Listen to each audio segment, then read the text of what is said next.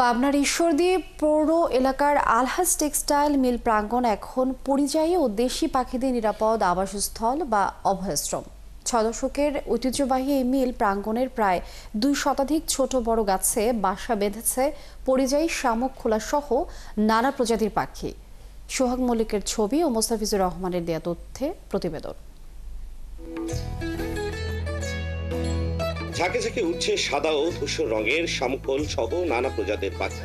সবুজ গাছপালা আর শান্ত পরিবেশের কারণে সারস, পানকৈরি সহ পাখির কলতানে মুখর পাবনার ঈশ্বরদীর আলহাজ টেক্সটাইল মিল প্রাঙ্গণ। পৌরসভার জনবহুল এই এলাকাতেই এক যুগ ধরে এসব পাখিদের বসবাস। নিরাপদ আশ্রয় আর পর্যাপ্ত খাদ্যের যোগান থাকায় মিল প্রাঙ্গণে পরিণত হয়েছে পাখিদের স্থানীয় নিবাসে। তবে শীত শুরু হলেই দল বেঁধে পাখিরা চলে যায় অন্য জায়গায়। শীতের শেষে আবার ফিরে আসেন এই নিরাপদ নিরে।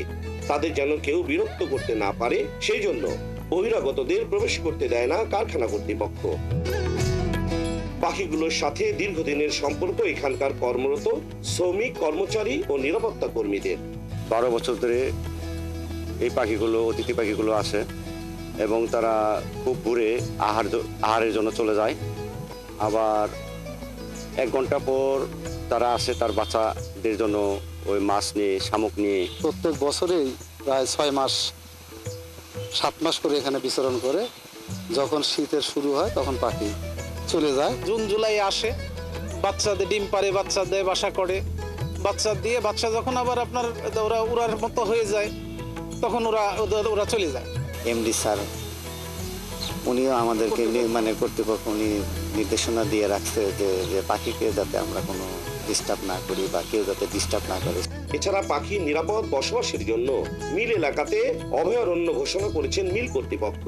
কর্তৃপক্ষের এরকম নির্দেশনা আছে যে কোনো রকম পাখি শিকার করা যাবে না বা এরকম তাদেরকে শিকার করাতে যারা আসবে তাদের হাতে পরিশোধন করার জন্য আমরা সেভাবে তৎপর আছি। আর আমাদের এখানে সিকিউরিটি গার্ড যারা আছে তারা যথেষ্ট তৎপর। পাখিদের এই অভয়াশ্রম দেখতে জেলার বিভিন্ন জায়গা থেকে প্রতিদিন আসছেন পাখি প্রেমীরা। মুস্তাফিজুর রহমান, 71, পাবনা।